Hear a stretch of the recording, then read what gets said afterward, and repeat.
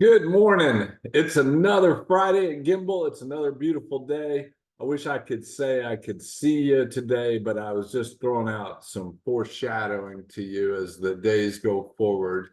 It's not too many more weeks. I think 3 weeks until the eclipse comes blasting through Indiana, particularly through central Indiana, and it'll be a lot of fun, I think. I don't know if you've been to one before, but these here glasses that I'm sporting, I don't see the screen here, so I'm kind of guessing that you're all out there today. You can get these at your local Kroger, I'm sure, or other places. Um, the eclipse, if you've never been to one or taken the time to see it, it's going to be April the 8th, and it's going to come blasting right across the U.S. here, and it'll be in Indianapolis and every place else on the 8th of next month, and it's worthwhile taking a moment and thinking about that. The Fishers police are expecting gridlock in Fishers, Indiana, and so if you're going to be driving around Fishers, you might be taking a little extra risk trying to navigate your way. It'd be a good day to pull out your bicycle, but it'll be a good day to enjoy an event that doesn't happen very often. We did one 5 or 6 years ago that went through Western Kentucky, and we got in the worst traffic jam I've ever experienced in my life. We went from Madisonville, Kentucky, all the way to Indianapolis when we finally got out of traffic, and it was quite a zoo. So if you're planning on participating with the eclipse, plan on some crowds and some socialization. Well, it is so good to see you. The idea that we have been talking about last week and this week at the Friday update has been risk, and what does risk really look like? And it is difficult to help people that aren't accustomed to risk kind of navigate that process and that journey, because it has almost been eliminated or tried to be eliminated out of our culture. It's the way that risk has been sanded down in our culture and tried to be eliminated is through regulations. If you think about that a government, not just the United States, any government presents themselves as we are your savior, we are going to protect you. And when they do that, what they do is they put regulations in place to perceive that they're protecting you. Then they put keepers of those regulations, regulators out there to suggest that you're safer. My experience over my career has been that the regulators generally don't catch the problems until somebody has been taken advantage of. There was a recent one here in Carmel. I think the person absconded with I think a couple $1 million, and it seemed apparent to me 3 or 4 years ago that that particular organization wasn't being forthright and honest, and so the regulators didn't catch it until the crime already happened. And so that's normally how it's going to evolve in things, whether it's in the financial services industry or any other kind of place where they're putting regulations in place. I was talking to a welder that was installing some handicap rails in a bathroom to help people get in and out of the bathroom. And in one of the bathrooms that they had done the work for, the handicap rails were 3/8 of an inch off, and the regulator made a big deal about that. And I'm like, yeah, I understand that there can be precise standards of what we do, but 3/8 of an inch isn't really going to affect that many people. It might affect 1 out of 10,000 people, but is it really going to help everybody by making the regulation that staunch? And so anyway, risk has been thrust at us because we're going to avoid it all, and you just can't. Like, if you choose to avoid all risk, what you've chosen to do is to avoid living, because life is a risky thing. So that's part of what I wanted to point out to you. And then how it becomes risky is the idea that you've maybe been trained to not accept risk very well. I don't know if you've thought about that, but like, to teach somebody how to do something, most of us have only become familiar with the US education system where you sit in a classroom and somebody lectures you or talks to you for an hour or two at a time. And then after a period of those kind of lectures, you are tested on that and graded on, I don't know what kind of grading scale, 70 to 80 is a C, 80 to 90 is a B, and 90 to 100 is an A roughly. And so what you're taught outside of what the class is teaching you, that 90 plus is good and 60 or 70 or less is bad. And consequently, that training process causes for most people it to be really difficult to make decisions. And if you don't make decisions, you are making decisions, and consequently, the fear of making decisions maybe causes you to live more fully in life and maybe not take appropriate activities and decisions into account. And I'm kind of a math person, and so when I'm making decisions, a lot of times I'm doing the math to decide, is the risk worth it or not? One of our friends is an accident attorney, and he absolutely won't scuba dive because he's chosen that the risk of scuba diving isn't worth the joy of what he's going to get out of it. And I make those kind of intellectual decisions all the time. Is like, yeah, that's not worth the risk. And so a lot of us have been taught through the education process that if we're wrong, say anything less than 10% of the time, if we're not getting an A, that's a bad situation. And it may not be. You may be wrong 50% of the time, depending on what outlook and what task you're doing, and it may be beneficial for you to take that risk. And so I would say expecting perfection in your life and activities will really minimize the opportunity to live life to the fullest. That's just a thought about risk. And then I put a little PowerPoint presentation to talk to you about before I even jump into the market.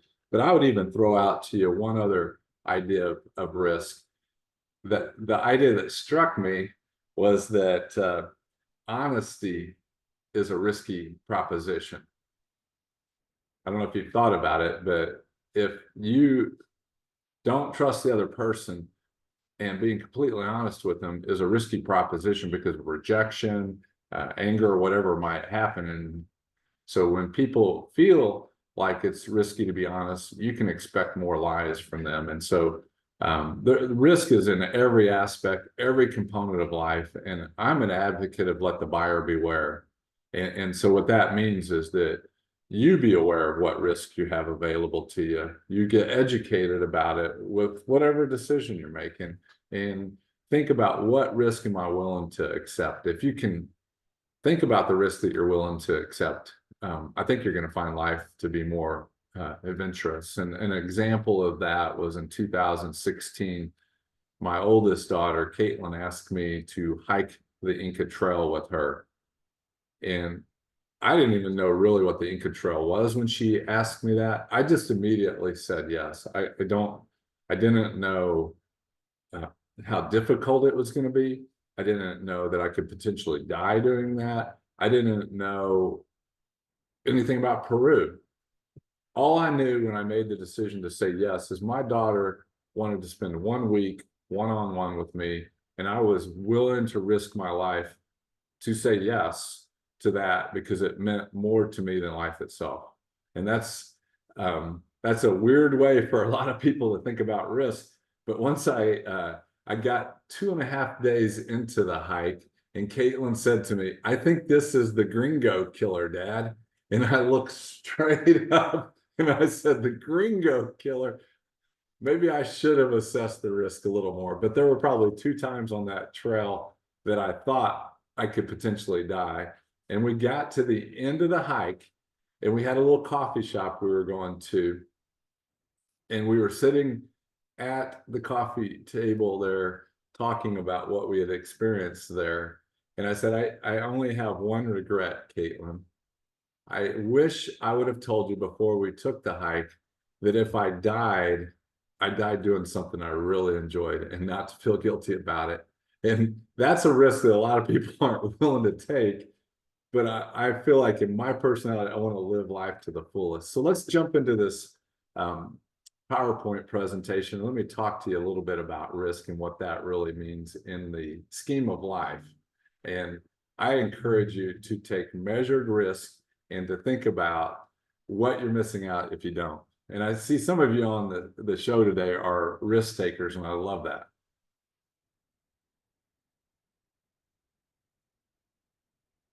I just called it risky business. Think before you invest, and so um, the culture that we've come to in investing has been that you can invest in the market and not have much risk at all. And we at Gimbal believe all stocks are speculative, and so you are taking risk.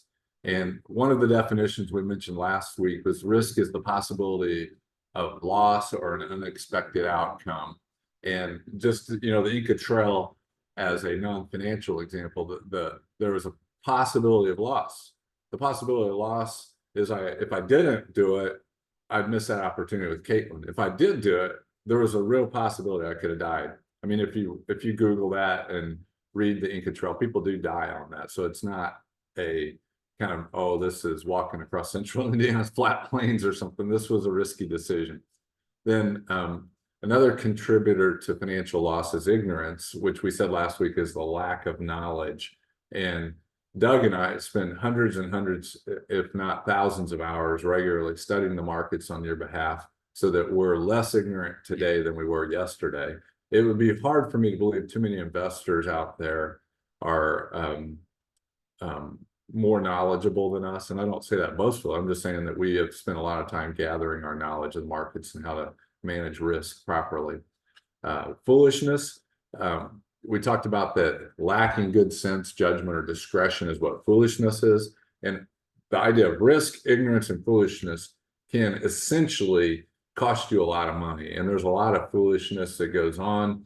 Usually when you have a real big shoot up in a particular stock, or a couple of years ago, we had the meme stocks, and those things were shooting up 100% overnight, and people were gaining confidence and throwing a lot of money into those, and then the next thing you know, they would lose all those hard-earned dollars in a foolish manner. We suggest that if you're going to risk money, that you define the risk before you subject your capital to the mercy of the markets, and that's something we can help you define. What kind of risk do you really think? Like, to the dollar, we can offer you an opinion of not exactly what you have at risk, but we can show you ways to define what your risk is. And when you do that, you probably shut down most of the opportunity to be decimated in a marketplace. But I can't say always, because if you study world history, there's a lot of things that can decimate people, and that's just, you don't really have much control over those sort of things. You might say, how can you define the risk? And that's a really good point. Consider these three examples. We could give you a lot of examples, but I just wanted to give you three market examples of how you can define risk. There's a strategy called buy and hold that a lot of you are familiar with. There's inherent risk in that, and you can define that. You can use shorter term buying of investments and utilizing a trade technique called stop loss orders, and so you can specifically define your risk utilizing stop loss orders. If you're wild and crazy and you're a short seller, short selling is one of the most aggressive, risky investment tactics you can do. But even as a short seller, there are some ways using stop loss orders that you can limit your risk, even being risky in the market. So let me talk you through some examples of each of these so you can kind of have an idea of what I'm speaking to. But in that conversation of what I'm speaking to, keep in mind that you can't minimize 100% of your risk. You can roughly, I use like horseshoes or hand grenades. You can get really close to identifying your risk. And so if you have a buy and hold strategy, assume the investor is willing to risk or to lose $10,000, and we have a $100 share price on this. So you're going to risk $10,000.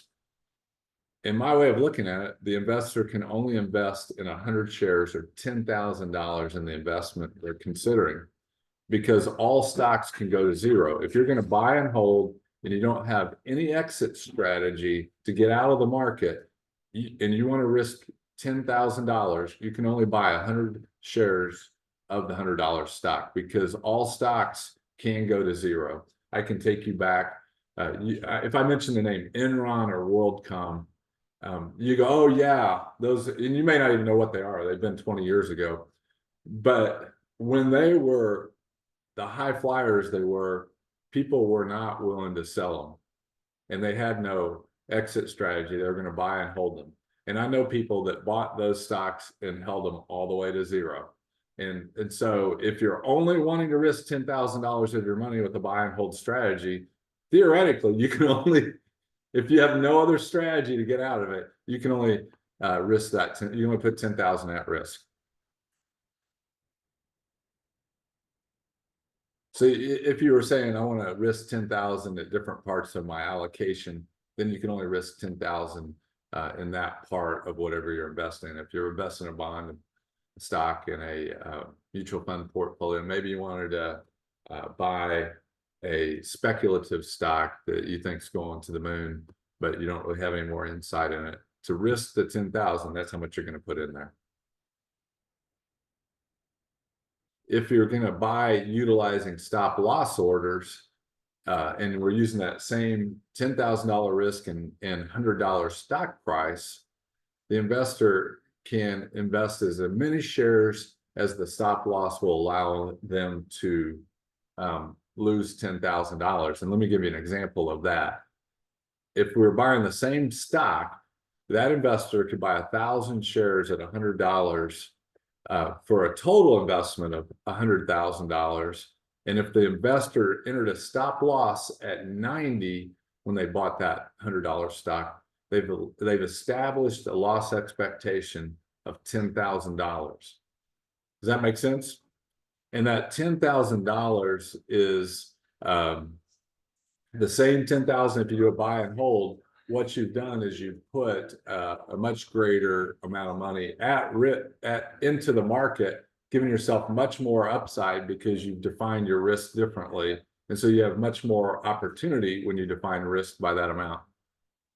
Keep in mind that stop loss orders do not guarantee you'll be able to get your money out at the price of the stop loss. We can spend another session talking about specifically how those work, but stop loss orders are a way to identify risk and to get yourself out. In very extreme market conditions, they may not help as much as what I'm simplifying this to suggest they do. But in most markets, they're very helpful in identifying and managing your risk. Then short selling.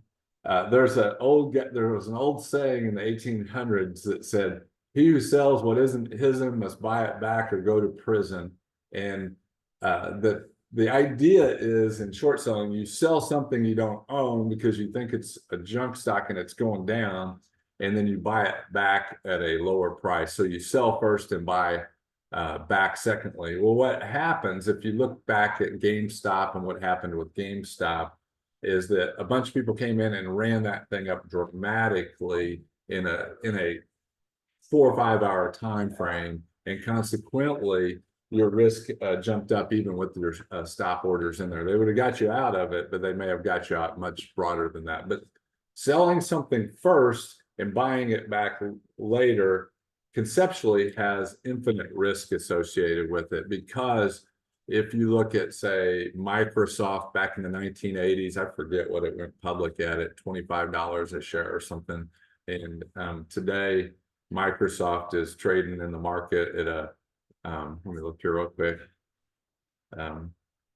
It's trading today at $417, and that's probably equivalent of $3,000 or $4,000 from that $25 initial public offering price. So if you never bought it back, your loss and what you owe is the difference between that $4,000 or $5,000 and the 25. And so short selling is an aggressive strategy to invest. However, you can use a stop order to limit your risk in this, that says if I'm going to risk my $10,000 and I'm going to sell and intend to buy it back later, I could sell 1,000 shares at $100, and to risk 10,000 dollars in that, I could only let that stock go up $10. So 10 times the $100 is your $10,000 risk. And so that's the risk in the short selling mechanism. And I gave you 3 ways in this idea that you could risk $10,000, and just like on the original buying and risking 10,000, the short sell, there's no guarantee you'll be able to get out of that thing with the $10,000 risk. It does allow you to narrow the risk precisely. It doesn't allow you to narrow it precisely to the dollar amount you've selected, but it's a reasonable way to look at your portfolio and say, how much risk do I really have? Because if you do a buy and hold and you've not put an exit strategy in it, to me, the biggest risk that you've done is that you've decided that in an unruly market, I'm going to let the emotions of the moment dictate whether I'm going to sell or not. And we believe using specific percentages or dollar amounts to define your risk is a wise decision. It allows you to know your investment strategy better and to minimize the influences of your emotions. And part of this is that when you're 25, you maybe don't have as much capital to risk, and so you don't understand the significance of measuring your risk. But when you're 75 and you've got a lot of capital, it's more important than ever, in my opinion, to measure your risk and to put it in place to what you think might take place in the marketplace. So that is an essence of what Doug and I have been spending a good amount of time on in the last 5 years, and trying to define risk better for you, to measure it better for you, and to manage your portfolios better for you. And I'm just really thrilled and proud. Doug's traveling today for some important things that he needed to take care of. And I'm proud of how well he has been working behind the scenes on your behalf to minimize the risk in your portfolios. He's doing these things without even telling you that's what he's doing, but he's measuring the risk. He's looking at the portfolios and determining ahead of time what exactly that risk is before he's even making an investment. And he made a particular one using these strategies probably 6 weeks ago. It was a very risky investment, but what he did is he defined the risk up front and put a small percentage in that particular investment so that he could allow your portfolio to be in normally a more aggressive asset class than we would be in, but he had defined the risk beforehand so that your capital was not taking exorbitant risk. And that, to me, is about as professional as an investment advisor gets, is watching out for what the risk is. We all want to make money, but in order to make money, we need to protect what we have. And so Doug is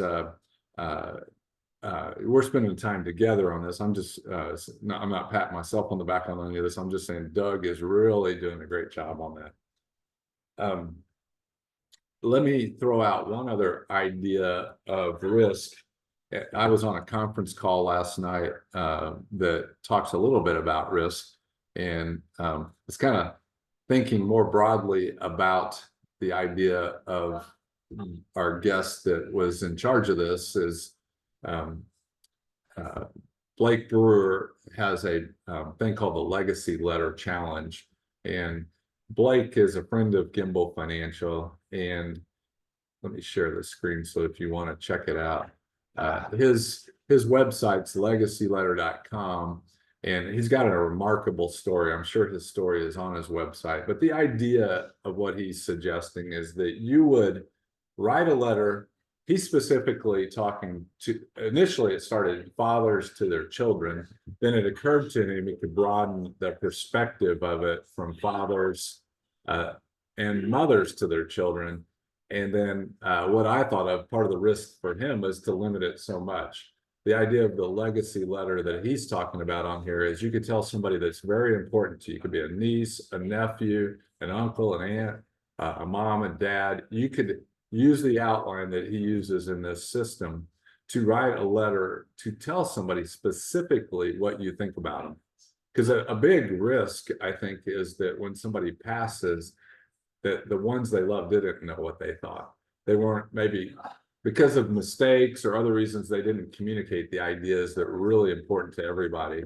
And so a risk of not telling somebody what you think is you can leave them always wondering what you thought about them. And so if you have an interest in this idea, we'll get you an invitation to his podcast so you can look at the outline, think about how you can communicate to your loved ones using that outline in a better way, that you leave no stone unturned with your compassion, desire to let them know what you think about them. Because as a dad of 5, I could have screwed up so many things with my kids, and they might have thought that I didn't love them because I did something on one day or another. It's crazy what we think about our parents when they're just rookies, generally trying to do the best they can to parent us, and they don't have any PhD in parenting. They're doing the very best they can. And so I would highly encourage taking time to sit through one of those. But let me give you a quick update before we run out of time here on the markets.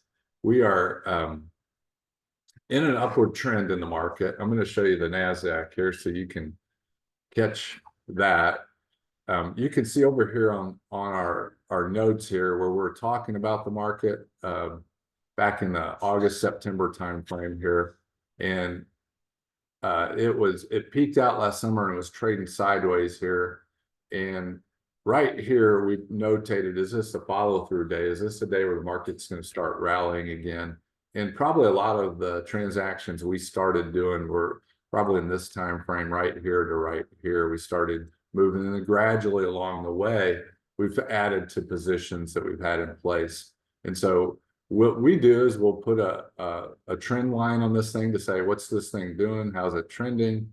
And right now it's a little choppy out there. You can see the blue lines down here at the bottom. That shows the volume of people buying into the market and in its up days. And so over here, when this rally started, you can see there's a lot more blue up days than there are the red down days. And then if you look in the last probably 45 days, and you just look at the volume itself, the market's still been going up, but there's not as much buying power coming into this market. And so I would say right now, if you were to ask Doug and myself where we're at, we're very cautious in this market. This is the NASDAQ. It's still going up, but we're cautious in this.